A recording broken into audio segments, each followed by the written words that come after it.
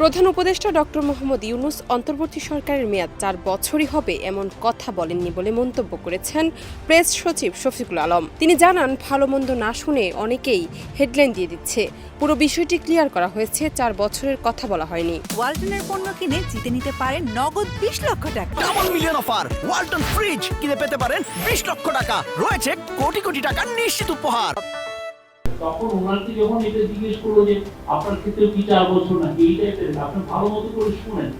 ৪ বছর রেফারেন্স আসছে যে কারো কারো ডিমান্ড ছিল পার্লামেন্টের মেয়াদ ৪ বছর হোক। সেই আলোকে একটা সরকারের ক্ষেত্রে এই কথা আসছে, অন্তর্বর্তী সরকারের ক্ষেত্রে এটা বলা হয়নি। ১৮ নভেম্বর ফরেন সার্ভিস একাডেমিতে সংবাদ সম্মেলনে এক প্রশ্নের জবাবে তিনি এই কথা বলেন। কাতার ভিত্তিক সংবাদ মাধ্যম আল জাজিরাকে দেওয়া প্রধান উপদেষ্টার সাক্ষাৎকারের ব্যাখ্যায় শফিকুল আলম বলেন, সংবিধানের বিষয়ে অনেক কথাবার্তা হচ্ছে। সেখানে বলা হচ্ছে সংসদের মেয়াদ ৪ বছরে আনা হোক। এর প্রেক্ষিতে বলা হয়েছে এটা কিন্তু অন্তর্বর্তীকালীন সরকারের বিষয় না। তখন ওনাকে জিজ্ঞেস করা হলো, আপনার ক্ষেত্রেও ৪ বছর কিনা? তারপর প্রধান উপদেষ্টা বলেছেন ৪ বছরের কম। এখানে ৪ বছরের কথা বলা হয়নি, আপনারা ভালো মতো শুনেন। ভালো মতো জিনিসটা না শুনে অনেকে হেডলাইন দিয়ে দিচ্ছে।